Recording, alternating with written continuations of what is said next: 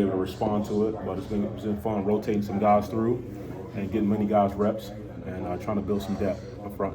How hard is it to thread that needle with being as physical as possible and trying to preserve everybody for the opener? Yeah, coaches done a tremendous job of managing that as we go through camp, mixing up ones versus twos, different variations like that. Physical practice where we're going inside, pods, O-line versus D-line, and having another practice where it's more of a mental day. And so that's bringing some element where we're still learning as a football team, football IQ-wise, situational football, but also the physical element, right? That's how you win games in the Big Ten. And so guys are grinding through it, and we're excited about what the progress is right now. So. What do you like about you talked about building depth. What do you like about the progress of building that through fall camp here? Yeah, it's been fun. For us, we have to have depth up front. We have to have guys that we can roll through throughout the game, and so we have different segments in practice where we can have a particular group as the one group early in practice, and we can switch it towards the end of practice, or we can keep it the same and see how guys are finishing the way they started practice. But it's been good to put guys in positions where they have multiplicity in position flex, different personnel groups on the defense. And so we're challenging guys mentally and physically throughout this camp, and it's been good to see that. We talked a lot about Dennis and Alex and T-Rob, but the guys behind them, I don't know if we've asked you a ton about with Zeke and Anichi and Gentle. Like, what are you seeing from those guys in terms of pushing those ones?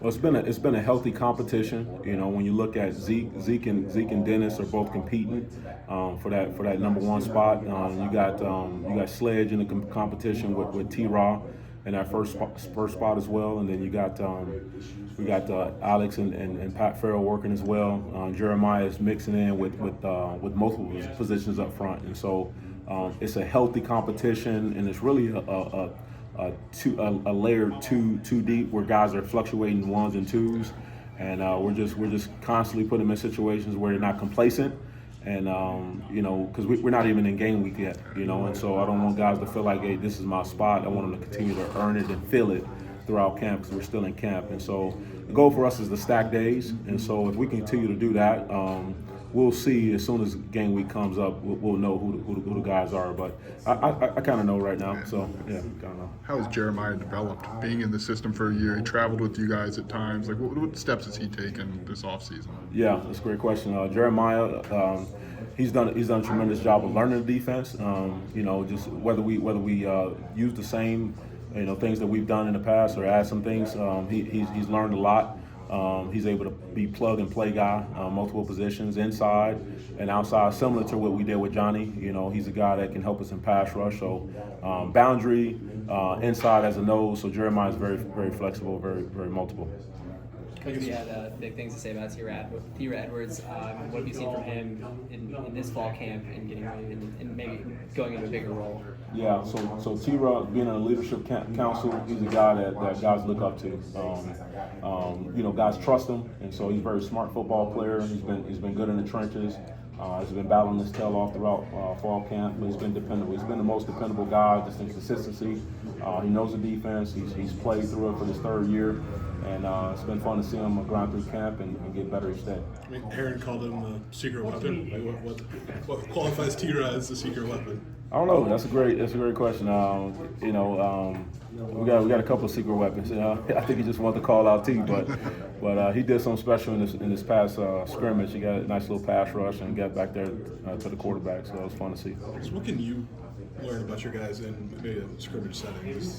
Kind of that differs from just a regular camp day.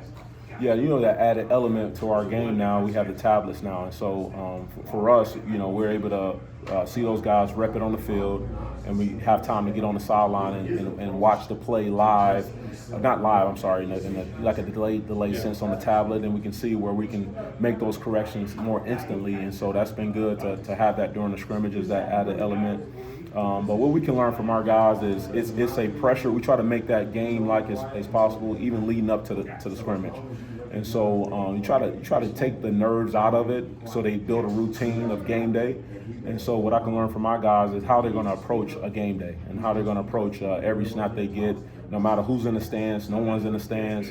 executing the calls when it's live and the bullets are flying. So tackling in live situations, finishing to the ball. So. Kanena told us T-Raw had the belt for a day, the Mayhem belt, and at that position that would seem like kind of a struggle to get. So how have you seen him increase that pass rush ability? I would assume he had to if he got the belt. Yeah, the Mayhem King. So we say it's a takeaway belt that Coach Henry came up with, and it's been great for our defense to put an emphasis on taking the ball away. That's a huge part of defense is getting the ball back to our offense. And so with T-Raw, it actually happened in the scrimmage. He had a nice pass rush and got back in the backfield, and so we try to give our defensive linemen opportunity to earn that belt, and so sacks is one way you can earn that belt, and so a lot of times the DBs and linebackers, they can get their hand on the football and Skelly, but not many times we get a chance to disrupt the football, so that's one way in terms of sacks. So. T-Raw was also maybe most about having that belt, like he came in WWE style to celebrate. He did, yeah. He's got his theme music or something. He's like, well, he didn't literally have theme music, but it just reminds me of the WWE days, like coming up and you got your theme song. But yeah, he's got the belt. He wears it. Actually, can't fit the belt, so he just wears it on his shoulder. But he's got his walk, and I'm not gonna imitate his walk. It looks silly up here, but it's pretty cool to see him. With the tablets, what do you like about that, especially? I don't know, how do you maybe balance like showing them enough in the time you've got, but like not maybe overloading them with video like right after they get off the field? Well, it's awesome because you get a chance to see what the opposite opponent sees, what the offensive coordinator on the other side sees. It may not be a play that was aimed at your player, at your gap, but it's an opportunity for you to see what could have happened.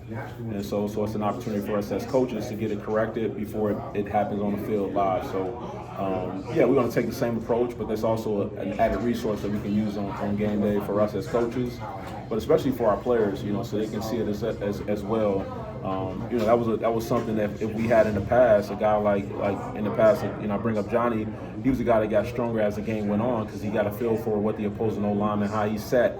And so, for example, that's a way to see, the film we've studied, is it real? Is it happening right now in the game? And so an opportunity for us to correct our pass rush moves, whether it's power, whether it's speed. It's a pretty neat resource that we can have and take advantage of. Sledge obviously has a lot of physical gifts. He's a big guy. Like, how have you seen him develop? Just maybe lacked the reps at his last stop. How have you seen that development since he's been here? Yeah, I think for anybody, the more reps you get, the more opportunities you get to put your hand in the dirt, to recognize a block, to transition a pass rush, the better you're going to get. More reps, more opportunities that you're going to get better, especially in this environment that Coach B fosters for our players. And so I've been excited, I've been encouraged by him, but we're still pushing him, still keeping that thumb on him, and but he's going in the right direction, and so we just keep him repping and keep him moving forward. You mentioned Zeke kind of battling out with Dennis. How's that transition been for him to drop into the defensive line? What do you like about the skill set he can bring there? Yeah, initially, it was different. It's different. Things are happening a lot faster in there for him. But Zeke is very intelligent. I mean, he plays the piano. He can teach himself any song. If he hears it, he can play it. Last night we had a little team function, and he's back there playing the drums, and it was like he's part of the band. And so, but Zeke is very, very special intellectually. And so he's a guy, if he applies himself, if he's focused, he's going to get better at it. And so that's what I've seen at the defensive line position.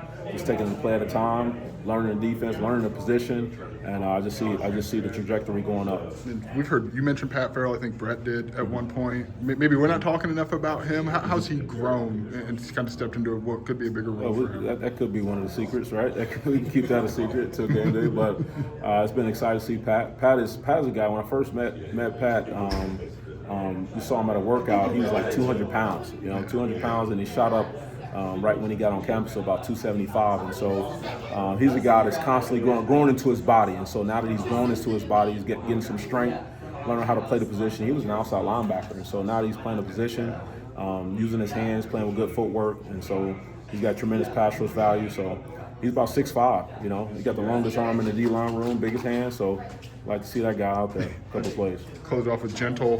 Where's he kind of fit into this mix here with what you guys have?